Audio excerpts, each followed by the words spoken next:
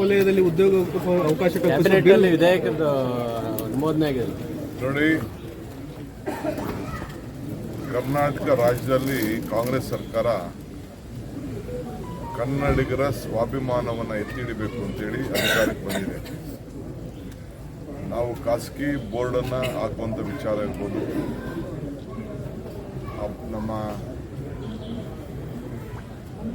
ಎಲ್ಲ ಅಂಗಡಿಗಳ ಮುಂದೆ ಏನು ಬೋರ್ಡ್ ಹಾಕಬೇಕು ಅನ್ನೋ ವಿಚಾರ ಇರ್ಬೋದು, ಧ್ವಜ ಬಳಕೆ ಇರ್ಬೋದು, ಭಾಷೆ ಬಳಕೆ ಇರ್ಬೋದು, ಸಂಸ್ಕೃತಿ ಇರ್ಬೋದು, ನಮ್ಮ ಕಡತಗಳಲ್ಲಿ ಕನ್ನಡ ಉಪಯೋಗಿಸುವಂಥದ್ದು ಇರ್ಬೋದು.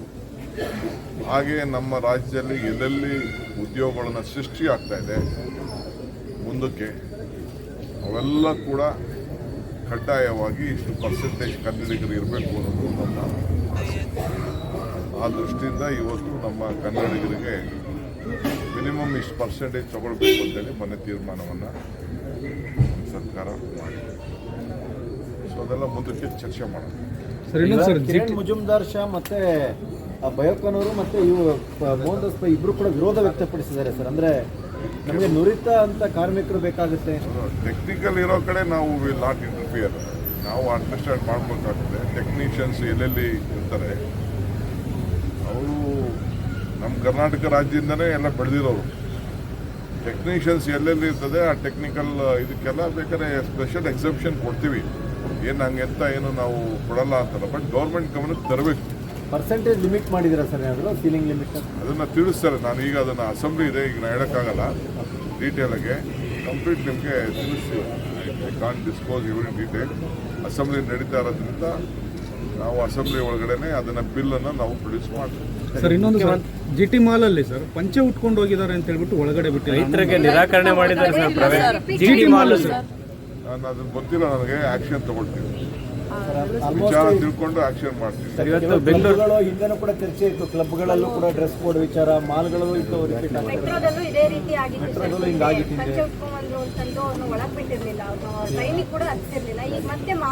ನಮ್ಗೆ ಯಾರು ಮಾಹಿತಿ ಬಂದಿಲ್ಲ.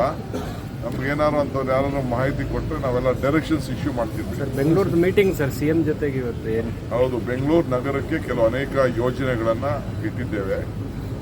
ಅದನ್ನು ನಾನು ಕ್ಯಾಬಿನೆಟ್ಗೆ ತೊಗೊಂಡು ಬರಬೇಕಾಗಿದೆ. ಕ್ಯಾಬಿನೆಟ್ ತರಕ್ಕಿಂತ ಮುಂಚಿತವಾಗಿ ನಾನು ಬೆಂಗಳೂರಿನ ಮಂತ್ರಿಗಳ ಹತ್ರ,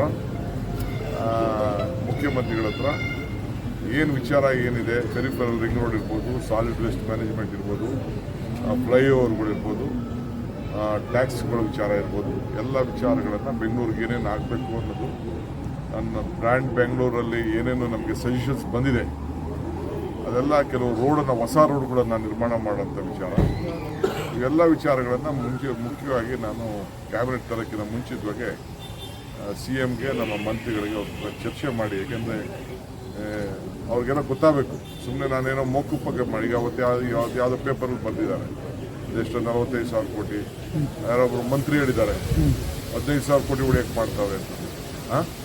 450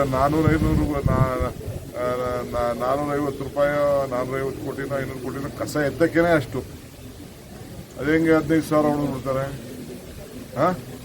ಏನಾದ್ರು ಸ್ವಲ್ಪ ಕಾಮನ್ಸ್. ನನಗೆ ಆಶ್ಚರ್ಯ. ಡೆಕ್ಕನ್ ಪ್ರಜಾವಾಣಿ ಅಂತ ಪೇಪರ್ ಅಂತವರು ಯಾವತ್ತೂ ಅವರ ಗೌರವ ಸ್ವಾಭಿಮಾನವನ್ನು ಯಾವತ್ತೂ ಅವರು ಬಿಡ್ತಿರ್ಲಿಲ್ಲ. ಅಂಥವರು ಇವತ್ತು ಕ್ವಶನ್ ಮಾರ್ಕ್ ಬರೆದಿದ್ದಾರೆ. ಅದಕ್ಕೆ ಅವ್ರು ಬರಿತಾ ಇದ್ದೀನಿ. 30 ವರ್ಷಕ್ಕೆ ಗುತ್ತಿಗೆ ಕೊಟ್ಟಿದ್ದಾರೆ ಅಂತೆಲ್ಲ ಆರೋಪ ಮಾಡಿದ್ದಾರೆ.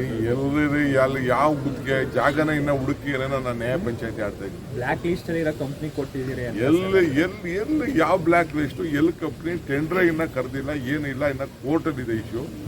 ಈಗ ಕಸನ ಈಗ ಮಂಡೂರು ನಿನ್ನೆ 3 ದಿನದಿಂದ ಮಂಡೂರಲ್ಲಿ ನಿಲ್ಲಿಸ್ಬಿಟ್ಟಿದ್ದಾರೆ. ಗೊತ್ತಾ ನಿಮ್ಗೆ? ಅದು 3 ಡೇಸಿಂದ ಅವ್ರು ನಿಲ್ಸವ್ರೆ. ಕಸ ತೆಗಿಬೇಕು, ಅಲ್ಲಿಂದ ಹಾಕ್ಬಾರ್ದು ಇನ್ನಂತ. ಅದಕ್ಕೆ ನಾವು ಜಾಗ ಹುಡುಕ್ತಾ ಇದ್ದೀವಿ. ಎಲ್ಲ ನೈಸ್ ರೋಡ್ ಪಕ್ಕ ಅವ್ರ ಹತ್ರ, ನೈಸ್ ಹತ್ರ ನ್ಯಾಯ ಪಂಚಾಯತಿ ಆಡ್ತಾ ಇದ್ದೀನಿ. ಇನ್ನೆಲ್ಲ ಬೇರೆ 2-3 ಕಡೆ ಇದೆ. ಆ ಜಾಗಗಳನ್ನೆಲ್ಲ ಬೆಂಗಳೂರಿಂದ ಹೊರಗಡೆ ತೆಗೆದುಕೊಂಡು ಹೋಗ್ಬೇಕು ಅಂತ ನಾವು ಮಾಡ್ತಾ ಇದ್ದೀವಿ. ಇನ್ನು ಆ ಸ್ಟೇಜಲ್ಲಿ ಇರಬೇಕಾದ್ರೆ ಕೊನೆಗೆ ಏನು ಮಾಡಬೇಕು ಅಂತ ನಾನು ನಾಳೆ ಒಂದು 3-4 ರಾಜ್ಯಗಳಿಗೂ ಭೇಟಿ ಕೊಟ್ಟು ಬಂದಿದ್ದೀನಿ. ಅದನ್ನು ನಾವು ಚೀಫ್ ಮಿನಿಸ್ಟರ್ ಹತ್ರ ಮಾತಾಡ್ತೀವಿ, ಕ್ಯಾಬಿನೆಟಲ್ಲಿ ಮಾತಾಡ್ತೀವಿ, ಅಸೆಂಬ್ಲಿಲಿ ತಂದಿರ್ತೀವಿ.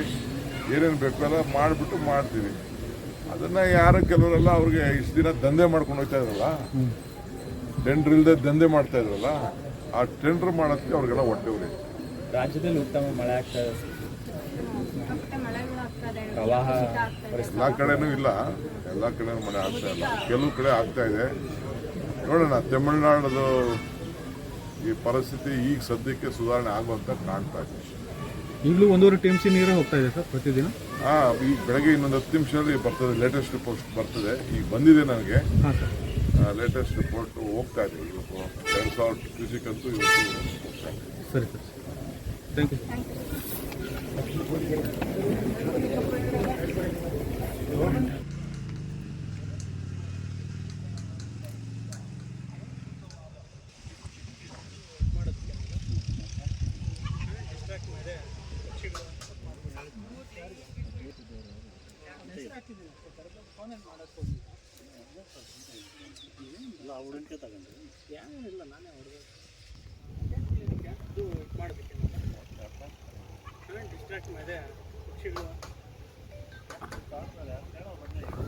ಅಲ್ಲಿದ ನೋಡಪ್ಪ.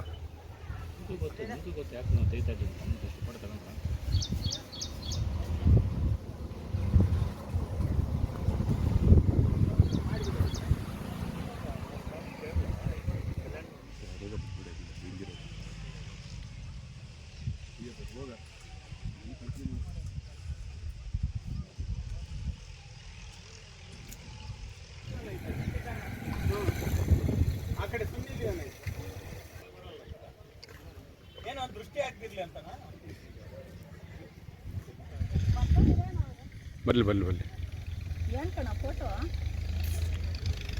ಅಮ್ಮ ನಾವು